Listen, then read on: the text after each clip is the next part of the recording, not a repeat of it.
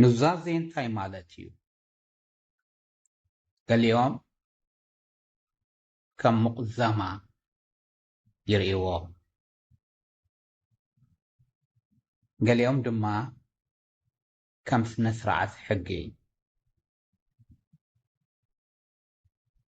ሎሚ ግን ኑዛዜ ከም ሓደ ኳንቱም ሪሰት ነቲ ዝተበላሸወ ሪትም ህይወትና ናብ ኦሪጂናል መለኮታዊ ቃንኡ ዘመልሰሉ ምስጢር ክነግረኩም እየ።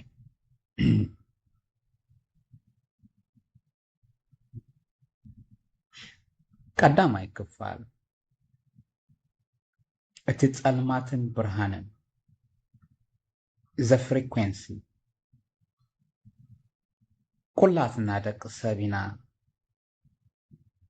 ካብ ሓጢአት ዝፀረየ የለን። ሓጢአት ምስ ዝበዝሕ እቲ ኣብ ውሽጥና ዘሎ ብርሃን ይስወር፣ ልክዕ ከም ብላክ ሆል ድማ ንመንፈስና ይውሕጦ። ንሽዱሽተ ዓመታት ኣብዚ ምስጢር እዚ ክመራመር ከለኹ ሓደ ነገር ተረዲእኒ። ሓጢአት የለን ምባል ንርእስኻ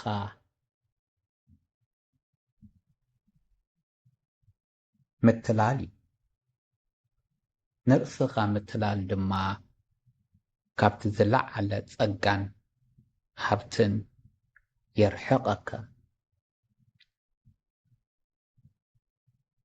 ካልኣይ ክፋል ኑዛዜ ከም ፓውዝ the science of silence። ስለምንታዩ ኣምላኽ ኣብቶም ሓጢአተኛታት እናበልና እንፈርዶም ሰባት ዝያዳ ዝዓይ? ምክንያቱ ንሳቶም ተናዘዝቲ እዮም። ኑዛዜ ማለት ስቕ ምባል እዩ። ኑዛዜ ማለት ፓውስ ምግባር እዩ። እቲ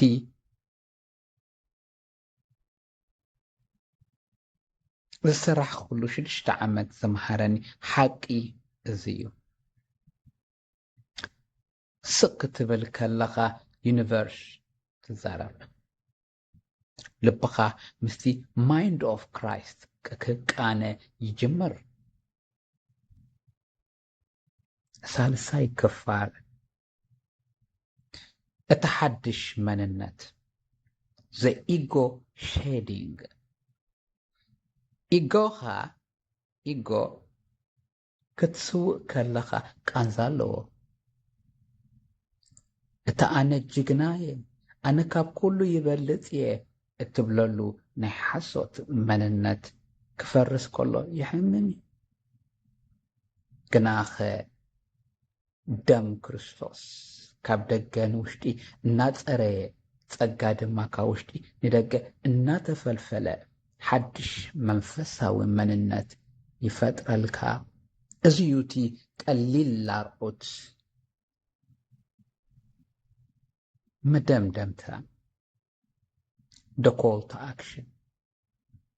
ሎሚ ኣብቲ ጽሙና ኮንካ ሪሴት ግበር። ንልብኻ ካብቲ ዓመፃ ስጋ ኣውፂካ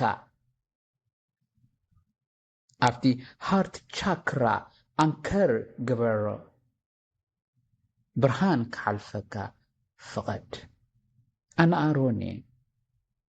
ኣብዚ ላዮን ኦፍ ፋየር ቻነል ድማ ነቲ ውቅያኖሳዊ ሓቂ ብሓባር